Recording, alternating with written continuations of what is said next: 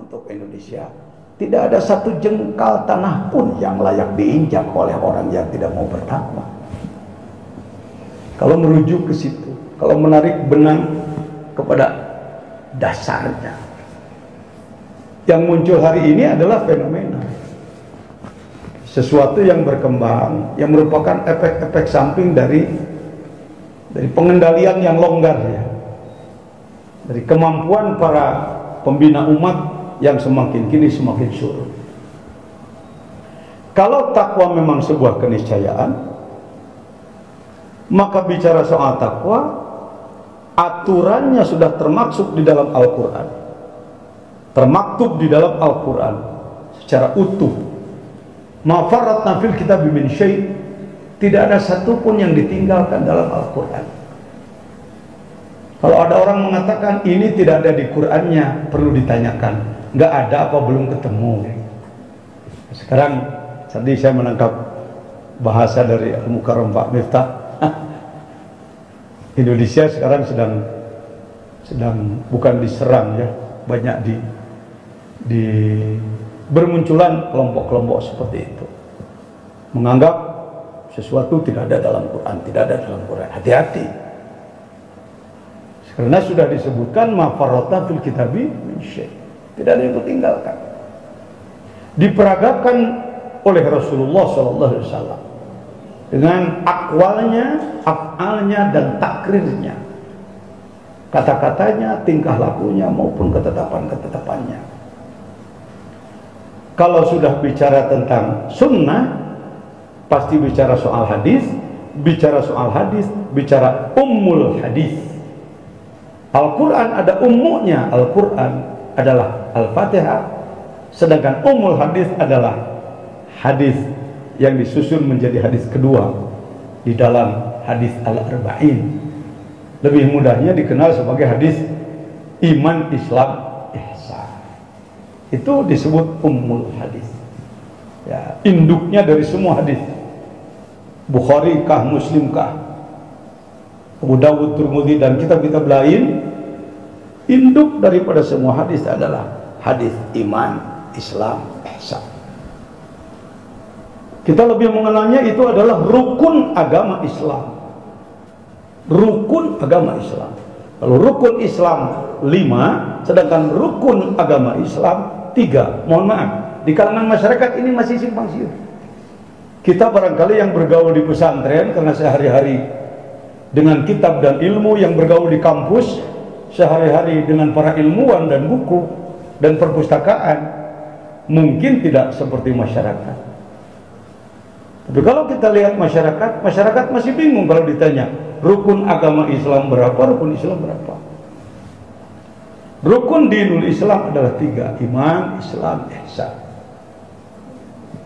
Seperti hanya saudara yang bertugas di kameramen dengan kaki 3, tripod, iman, Islam, ihsan. Satu patah pasti roboh, satu patah pasti roboh. Itu udah hukum alam itu, karena kakinya cuma berapa. Mari kita melihat, kita menukik kepada keadaan di masyarakat kita. Kalau mereka minta doa ke kiai, yang disebut cuma 2. Kiai, saya mohon doa, semoga saya dan keluarga dikuatkan iman Islam.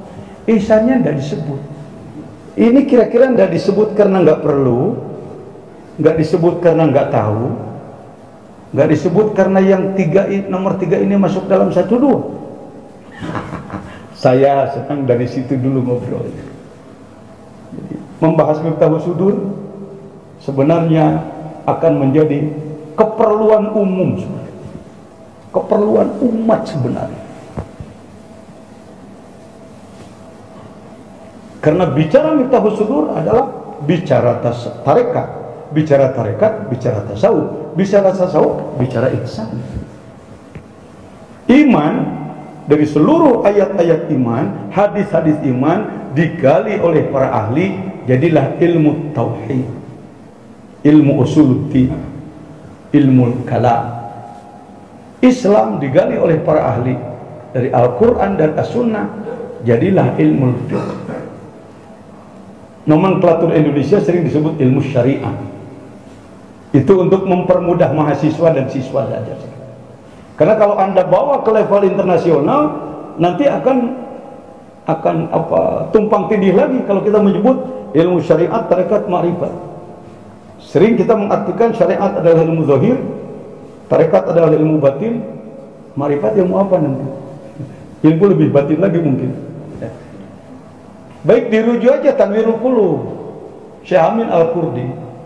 Ilmu Islam, apakah dia tauhid, fikih, tasawuf, selagi dia berada di ranah ilmu disebutnya syariat. Kalau sudah bergeser kepada pengamalan, maka dia menjadi tarikat. Jadi tarikat adalah pengamalan terpadu antara ilmu tauhid, fikih, dan tasawuf. Tarikat itu kalau merujuk kepada referensi kitabnya Syekh Amin Al-Qurdi. Nah, bicara ihsan di kalangan masyarakat, jangankan bisa mengurai ihsan panjang lebar bahkan kepada praktiknya, takrifnya saja masih banyak yang belepotan. Saya tanya masyarakat dalam pengajian-pengajian umum, hadirin, tolong sebut rukun Islam berapa?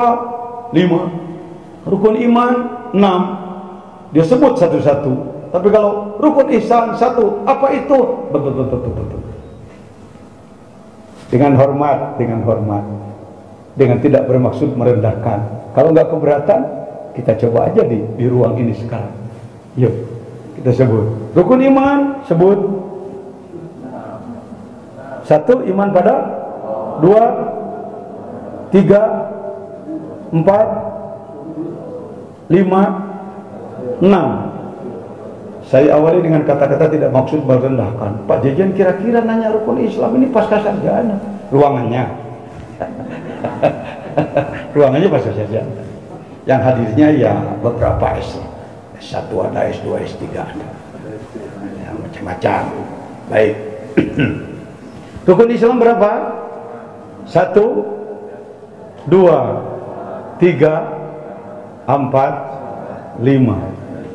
Alhamdulillah terdengar nyari dan tidak buang waktu dulu. Begitu ditanya langsung dijawab. Kalau saya tadi disebut salah seorang rois di Jamiah Thariqah, rois amnya adalah guru kita Al-Mukarram Asy-Syaikh Al-Habib Lutfi bin Yahya, saya salah seorang wakil beliau. Saya rois 4 di Jamiah Thariqah Darah Aliyah. Baik, jadi yang nanya rois nih ya. Jadi artinya punya wewenang untuk ngomong begini. Ini orang baru datang, belum kenal, belum apa, udah langsung nanya aja. Enggak. Se-Indonesia adalah tanggung jawab kami kalau urusan ma'rifat.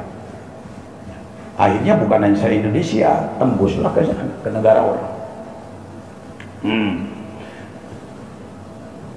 Apakah rukun agama itu yang ketiga itu ihsan? Ihsan? Apa definisi ihsan? Sebut sama-sama. Dengarkan. Gemuruh tadi menjawab iman Islam dengan gemuruh ihsan. Apakah lebih gemuruh? Apakah menurun? Menunjukkan bahwa kebanyakan masyarakat kurang paham tentang ihsan. Ini persoalan ini. Sudah hampir 1500 tahun hadis itu tersebar ke seluruh dunia, tetapi mengapa yang satu ini kurang tembus kepada masyarakat? Kalau pakai bahasa kasar, siapa yang salah? Di mana letak kelemahan? Begitu ditanya ihsan, ada banyak yang bisa menjawab dengan Arabnya. Anta'budallaha ka'annaka tarahu fa illam takun tarahu fa innahu yarah. Mohon diulang Arabnya bareng.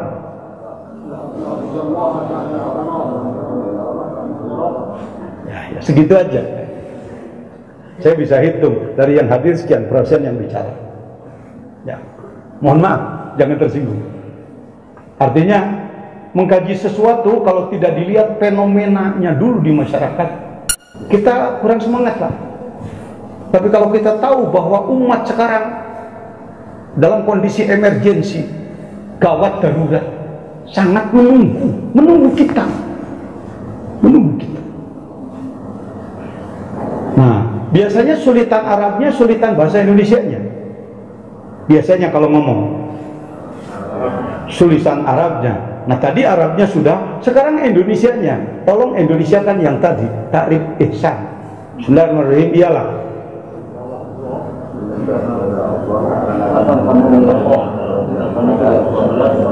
Mendengar nada, maka saya menyimpulkan lebih sulit terjemahnya daripada Arabnya.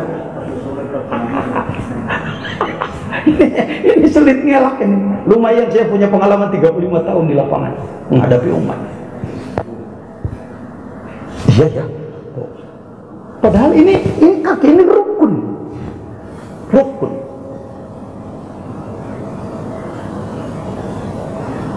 Suatu saat saya didatangi oleh rombongan para dokter 9 orang di Jakarta. Mereka bawa sebuah pertanyaan. Kiai, kenapa pesantren di mana-mana, perguruan tinggi di mana-mana, dakwah di mana-mana, tapi umat semakin begini? Ini kenapa? Maka saya rujuk kepada rukun agama, ada yang kurang diperhatikan satu, yaitu ihsan. Saya mencoba menerjemahkannya supaya mudah diikuti masyarakat begini. Ialah kamu beribadah kepada Allah dengan keyakinan seakan-akan kamu melihat Allah. Kalaupun tidak, maka yakini Allah melihat kamu. Mohon diulang. Nah, bagus. Bagus saja. Ini harusnya ilmu anak ibtidaiyah kelas 1. Seharusnya. Bahkan anak dari TK harus sudah bisa. Sekarang jangankan yang TK, yang ubanan udah punya cucu belasan saja masih kesulitan. Mari saudara, udah mulai kelihatan tantangannya bagi STAIN, bagi semua perguruan tinggi di Indonesia dan semua pesantren, bagi semua ulama. Ini yang kita patah. Engkau beribadah kepada Allah dengan keyakinan seakan-akan engkau melihat Allah.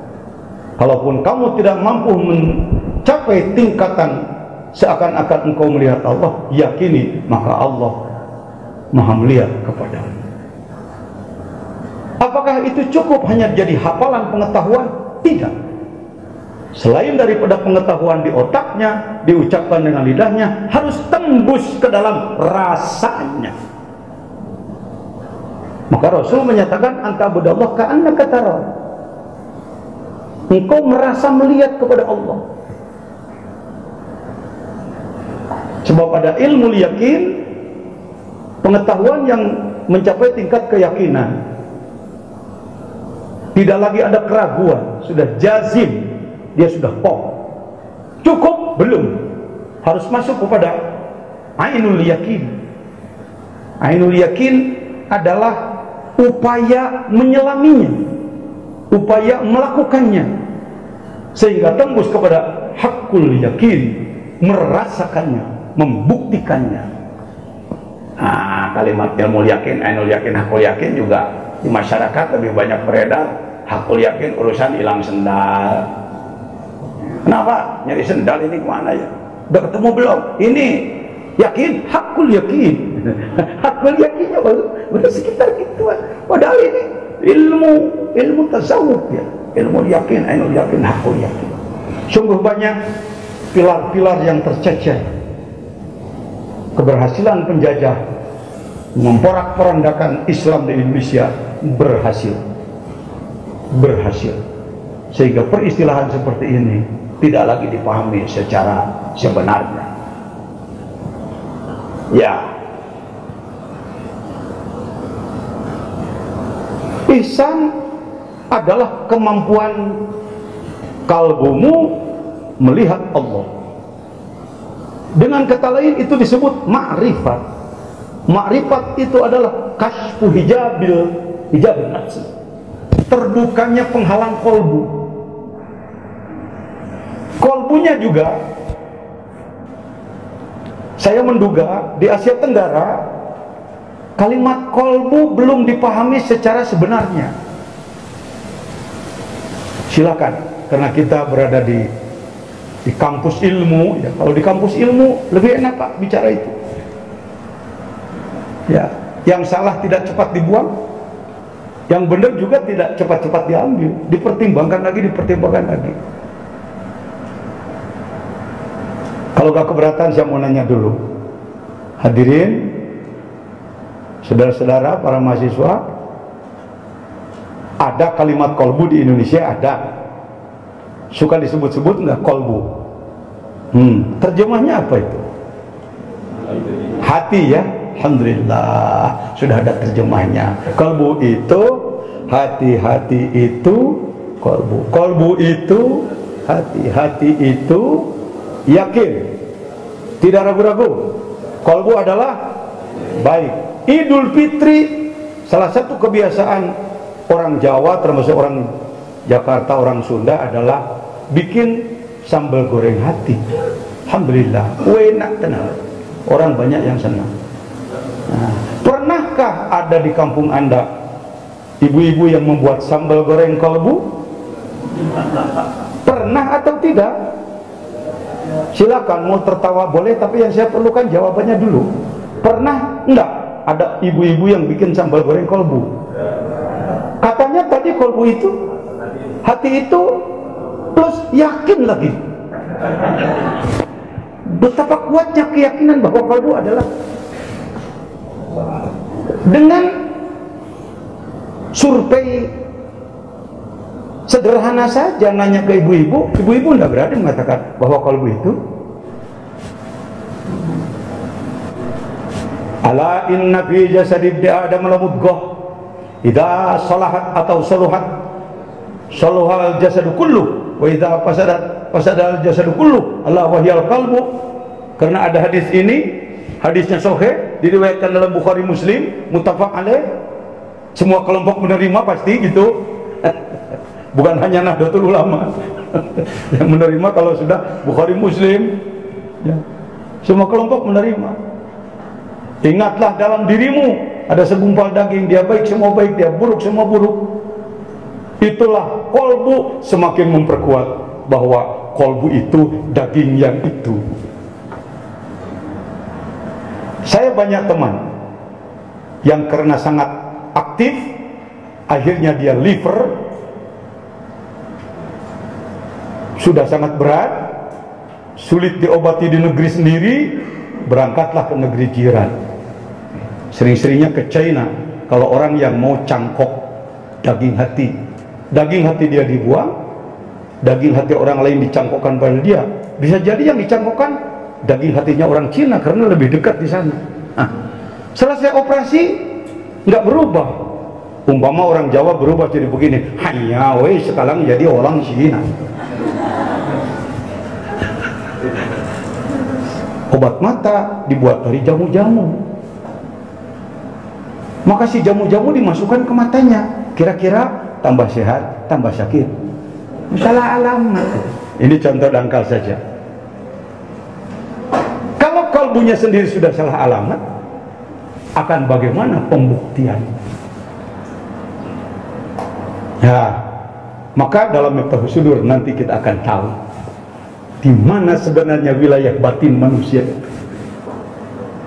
Dengan Miftahus Sudur kita akan tahu di mana posisi gudang-gudang sifat manusia. Dengan apa membersihkannya? Bagaimana cara membersihkannya? Nah, ini fokus. Kalau sudah demikian, maka akan menjadi fokus. Maka bisa kita simpulkan, kalau kita bicara Indonesia, sudah biasa di kalangan ilmuwan menyebutnya sudah carut marut. Masya Allah. Kalau kita bertanya maksiat apa yang tidak ada di Indonesia, insya Allah jawabannya mudah, semua ada. Semua ada. Panjanglah kalau bicara soal itu. Dirin, pertanyaannya adalah bagaimana memperbaikinya. Sudah diperbaiki dengan ceramah, pembinaan dan macam-macam. Alhamdulillah. Terima kasih. Selesaikan masalah? Belum. Berapa persen yang sudah ditangani? Berani mengangkat berapa persen? Silakan Anda yang ilmuwan mau mengangkat berapa persen permasalahan akhlak di Indonesia yang sudah ditangani dengan yang belum ditangani. Kira-kira aja lah, banyakan yang sudah, banyakan yang belum. Mudah, udah nggak perlu berpikir lagi. Malakatun yang tadi bilang ala takdir. Kita lihat, masih adakah zina di negara kita? Judi, korupsi, bohong, menipu, pembunuhan. Sekarang saya mau nanya ibadah, berapa masjidkah yang subuhnya penuh seperti Jumat? Ini saya selalu ditertawakan kalau nanya ini. Apa memang yang ditanya pengen ketawa gitu? Saking sulit, betul. Yang hadir di sini, mohon maaf, mudah-mudahan tidak keberatan saya tanya, adakah di antara hadirin yang ada di sini pernah ketinggalan tahajud? Ya, ketinggalannya dalam seminggu berapa malam? Memangnya seminggu berapa malam? Sisanya berapa? Itu akhlak itu. Itu akhlak itu. Di bidang rezeki, yang lebih baik yang memberi atau yang diberi? Kita yang hadir senang diberi, senang memberi. Itu kan gitu. Selalu mentak ini masalah umat ini. Pendidikan tinggi, mohon maaf, bukan hanya untuk mencetak calon pegawai yang ketika sudah diwisuda cari kerja.